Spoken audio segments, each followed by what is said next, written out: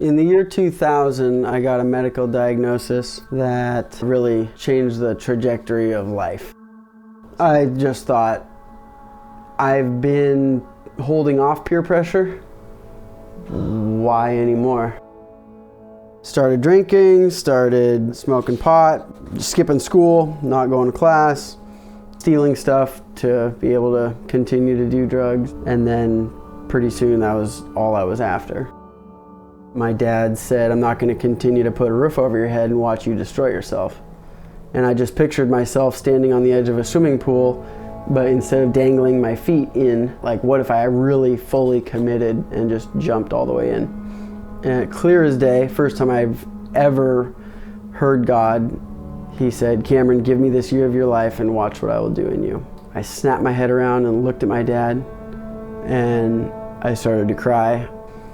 And I walked through the doors of Teen Challenge September 8th, 2003, 1 week later.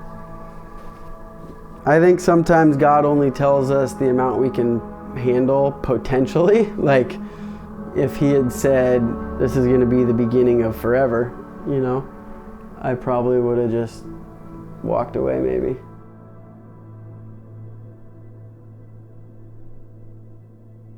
We really wanted to start with something bigger.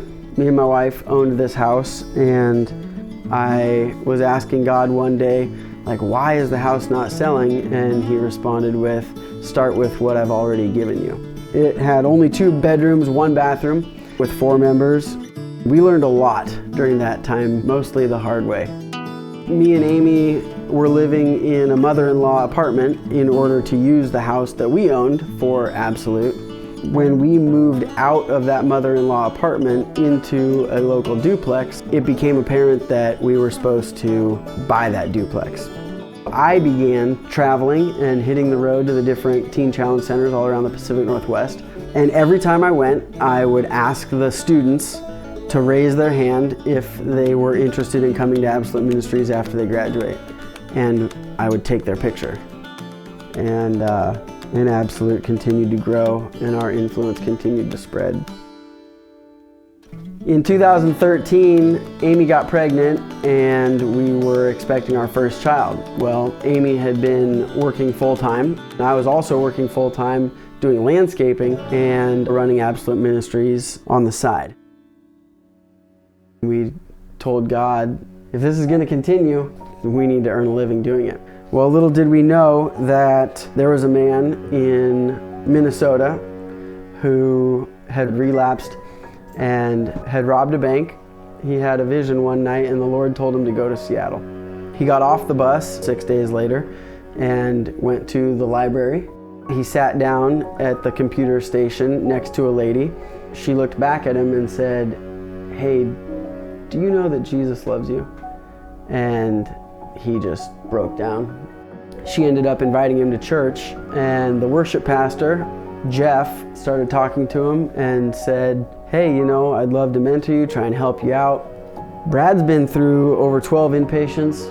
He's been in and out of psych wards. Quickly realized that Brad needed maybe some more structure. So they were walking along the Kirkland waterfront one day, and at that moment, Jeff happened to walk right past a car that had a bumper sticker on it for Absolute Ministries. And he began walking around the Kirkland waterfront, comparing the pictures of our board members that were on the website with the people in the park. And actually found our vice president because that was his car. I know, it's a crazy story. So Brad came into Absolute Ministries, and we began to help Brad work with him. And his mom came out and met with us. We sat down at Starbucks one day in Lakeland Hills, and she asked, what do you guys need? And I just started to cry, and I was like, this is gonna sound bad, but we need money, and here's why. And she said, well, through my work, I have the ability to help you guys get large donations of furniture. She was vice president for Marriott International of the Americas, and began turning all the furniture that was getting renovated for all of the Marriotts across the United States over to us, which paid for my first year's salary. Life change begets generosity, and people want to give when they see life change. The worship pastor, Jeff, became a board member, And he had a friend who was looking for an investment property, and he told him about Absolute Ministries, and he ended up buying this duplex with the intention to lease it to Absolute. At this point now had capacity for 18 individuals, and life continued to get way, way busy.